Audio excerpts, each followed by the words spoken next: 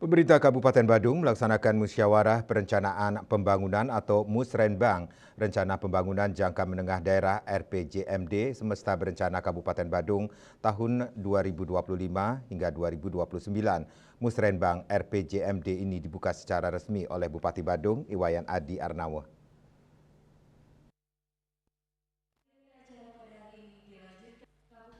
Kegiatan ini turut dihadiri oleh Wakil Bupati Badung I Bagus Alit Sucipto, Sekda Kabupaten Badung, Kepala Bapeda Provinsi Bali, Kepala Bapeda Kabupaten Badung.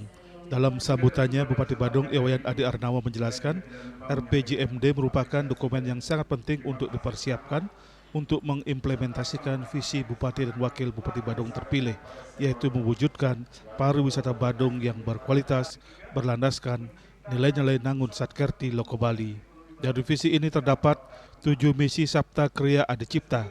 Selain itu terdapat 7 program strategis Adicipta, di antaranya penanganan kemacetan lalu lintas, penyediaan air bersih perkotaan dan pedesaan, penanganan sampah, bantuan uang hari raya keagamaan sebesar Rp2 juta kepada setiap kepala keluarga yang berpendapatan di bawah Rp5 juta yang persyaratannya diatur dalam peraturan Bupati Badung.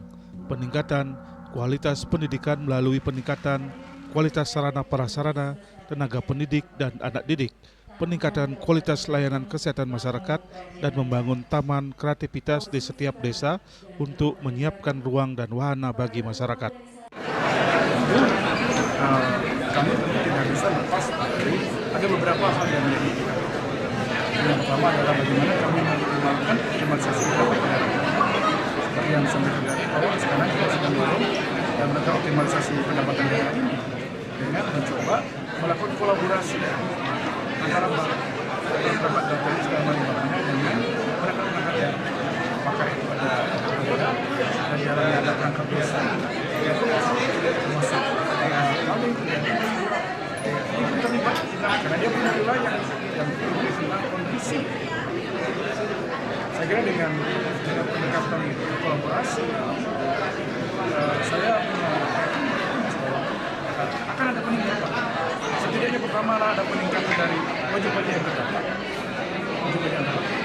Akan ada peningkatan daripada terhadap beberapa wajib serta tugas yang lain